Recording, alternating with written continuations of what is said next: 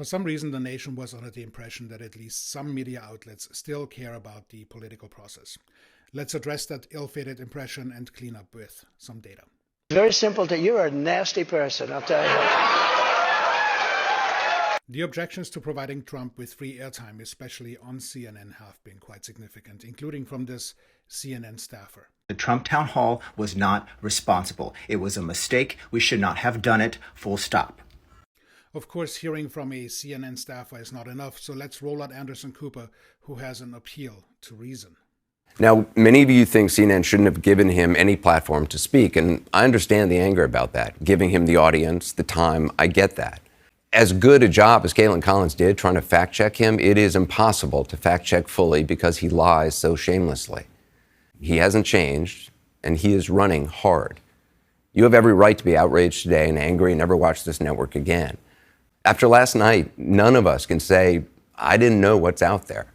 I didn't know what's coming. The reality is that media doesn't care about the political process, or they would have learned from the Trump administration debacle preceding the current administration. I'd like to welcome the fake news media, which is back there. From being called lying press to Trump's dog whistle that led to or supported the insurrection, media lamented it greatly, but then suddenly they remembered their numbers. Trump is good for business, and what's good to sell column inches or attract eyeballs is of greater importance than the integrity of the political process or the integrity of the individual political candidate. So here's some data to support this.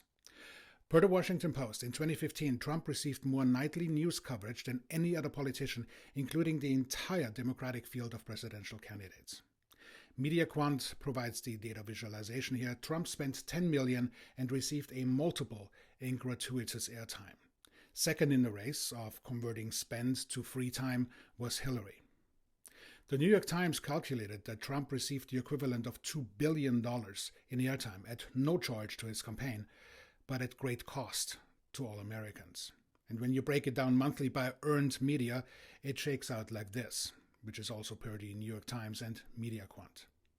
In sum, for media, the political process and the integrity of the candidates and their own journalistic values and virtues are an insufficient argument when there is money to be made.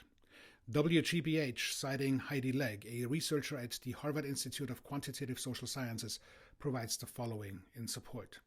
From 2015 to 2020, the primetime audience of cable news networks rose from 3.1 million to an audience of 7.2 million.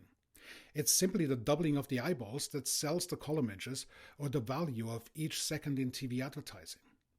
Now, consider what they're setting up for already by giving Trump a CNN town hall in 2023 and then rolling Anderson Cooper with a statement that's designed to make the selling out of integrity appealing to the Americans.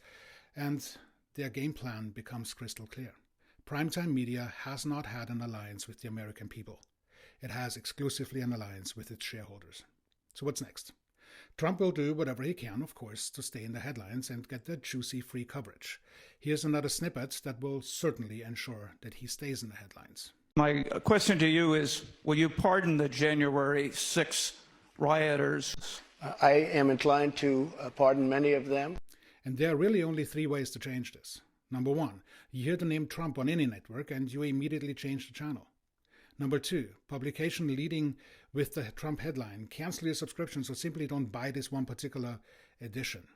And number three, get your news through alternative means, including TikTok, and make for damn sure that your sources are vetted and fact-checked. We have to divert audience attention.